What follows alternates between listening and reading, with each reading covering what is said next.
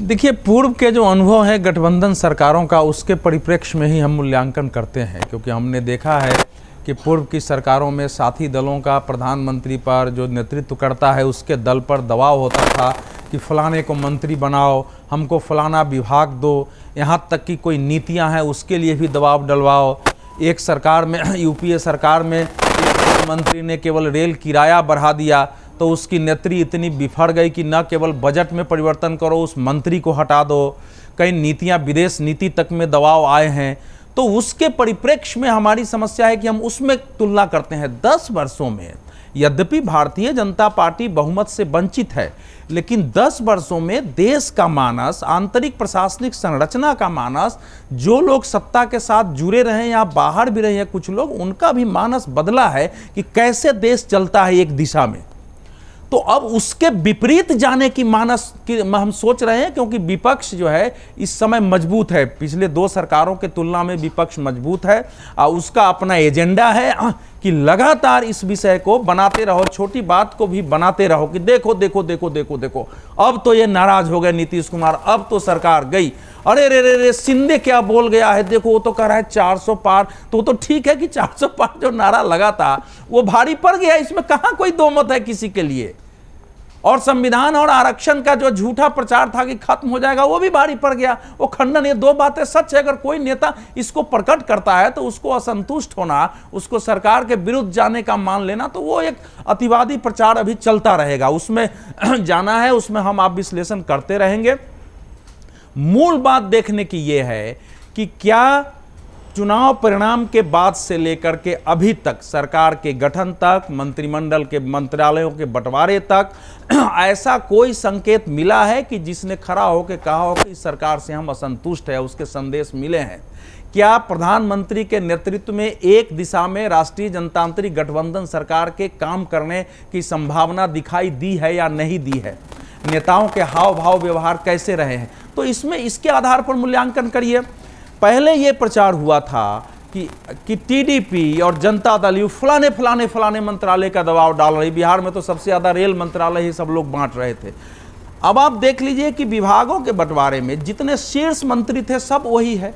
जो सीसीएस होती है, cabinet committee on security affairs, जिसकी की भूमिका होती है सरकार के शीर्ष निर्णय मतलब नीति निर्धारण में, वो सारे चेहरे वही है।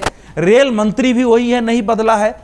क्या किसी पार्टी ने खड़ा होकर कहा कि हमको मन का मंत्रालय नहीं दिया गया? जिसको जो मंत्रालय मिला वो मंत्री जाके उसको संभाला, वो काम कर रहे हैं। तो मुझे तो ये देखना है कि अगर होगा तो अभी क्या होगा। सबने अपना अपना काम संभाल लिया। दूसरा कि ये नरेंद्र मोदी का जो कैरेक्टर, नरेंद्र मोदी ने पिछले 10 वर्षों में देश के और दुनिया के बारे में एक विजन रखा है। पूर्व के प्रधानमंत्रियों ने उस प्रकार से न विजन रखा था, ना उस दृष्टि से दिन रात मेहनत करके काम किया था।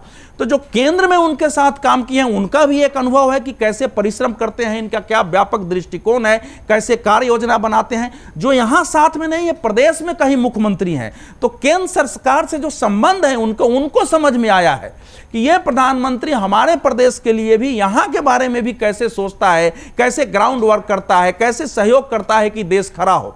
तो वो भी एक अनुभव जो है, चंद्रबाबू नायडू पहले भी काम कर चुके हैं, तो वो भी एक अनुभव सबका आया हुआ है। ये अनुभव पहले की सरकारों में नहीं था। तो इस अनुभव के कारण और साथ ही साथ नरेंद्र मोदी के जो अभी साथी मंत्री हैं वो भी राजनीति को संभालने में सक्षम है। तो ये सब परिस्थिति पहले भारत में गठबंधन सरकारों में थी नहीं।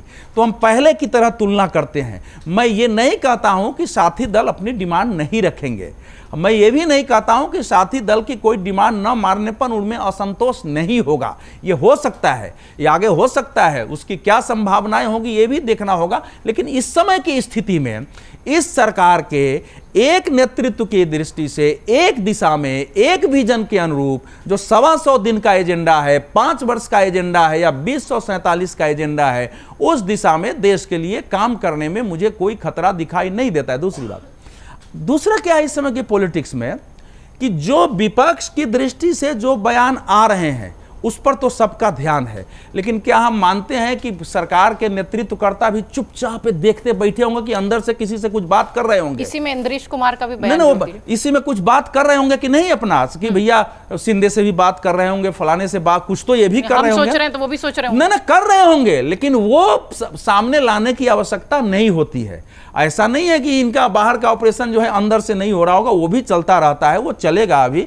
लेकिन इस समय मुझे नहीं लगता है कि ये सब बातों का कोई मायने। अब नीतीश कुमार क्यों नहीं गए हैं, नीतीश कुमार बहुत ज़्यादा स्पष्टीकरण देते भी नहीं। मुझे तो इतना ही याद है कि जब वो एनडीए की मीटिंग में थे तो उन्होंने कहा कि प्रधानमंत्री जी ये बार तो कुछ जीत भी गया है, अगली बार तो सब हार जाएगा, आप ही के नेतृत्व में अच्छा काम होगा। तो ये इसलिए मैं उसको मान के चल रहा हूं कि ये सरकार जो है अपने विजन से आगे चलेगी। सरकार के जो एजेंडे हैं, एक ही एजेंडा पर समस्या लोग खड़ी कर रहे हैं। जैसे पहले सरकार चलती थी अटल जी की, या इनकी भी बीच में नहीं आए थे, 370 कब हटाएंगे, राम मंदिर कब बनाएंगे, अब आएगा कॉमन सिविल कोड कब लाइएगा, कॉमन सिविल कोड कब लाइएगा, ये प्रतिध्वनि गूंजेगी। सरकार अपने समय से लाएगी, काम करेगी, ये सब चलता रहेगा। अगर आप ये वीडियो YouTube पर देख रहे हैं तो हमारे चैनल को सब्सक्राइब करें और बेल आइकन को दबाना ना भूलें। अगर आप Facebook पर यह वीडियो देख रहे हैं तो हमारे पेज को लाइक करें।